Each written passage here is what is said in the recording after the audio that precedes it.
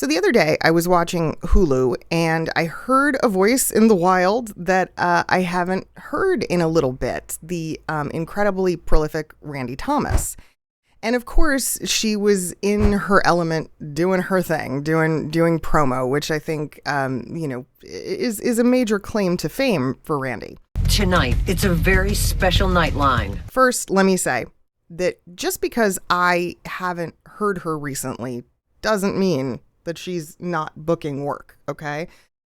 Just happenstance, right? Maybe the media that I'm consuming right now, the things that I'm watching and listening to, yeah, that she just hasn't been a part of that in some way.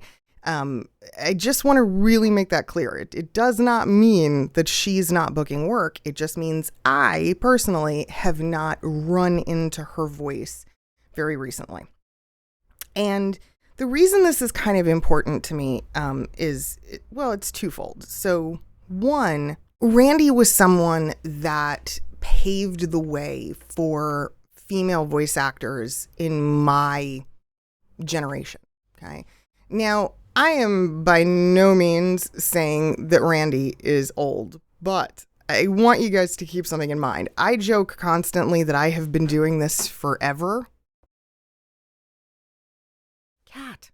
Well, see, here's the thing. If that's the case, Randy was a high-paid celebrity level voice actress when I was a nobody. So that should give you an idea, right? When I was just starting out in this industry, she already had this incredible name for herself, and you heard her everywhere. Randy is definitely a seasoned pro who has been around a long time, and obviously she's definitely older than my 45 years.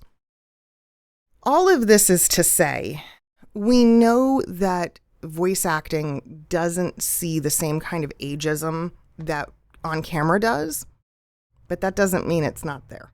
Because it is. It's a lot less, but it definitely exists. And voice actors, I think, as they get older, get kind of paranoid, right? Like, what's going to happen? Am I going to start seeing a decrease in bookings? Am I going to be able to sustain my living and my livelihood? It can be frustrating for us when, right, all of the casting calls, or it's seemingly so, are for people in their 20s and 30s. And as we get up in age, we start to maybe question, like, oh shit, am I in trouble? Like, what does my future look like in this? What's going to happen? I would be lying to you if I said that I wasn't guilty of those thoughts every so often, right? They creep in. It just is what it is, guys. Hearing Randy really cemented for me, it's gonna be okay.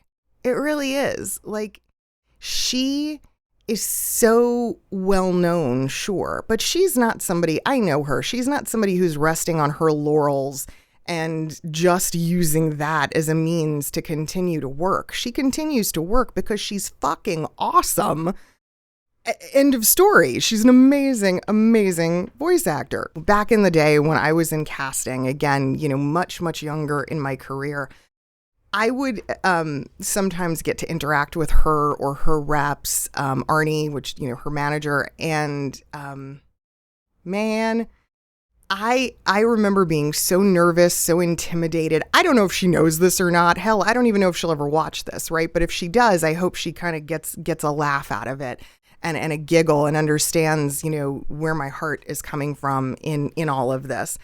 But I used to get so nervous because I was like, I don't belong anywhere near her. Like, I don't belong in her presence, right? I'm so out of my freaking league right now. And Randy, she always handled things with grace. It was always great to work with her.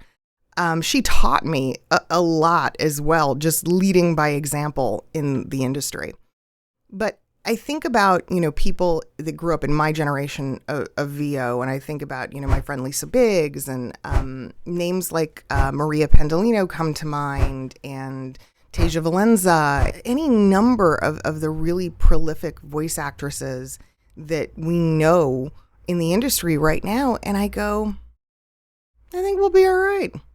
because a couple of things are going to happen. And one is, as the population continues to change, right?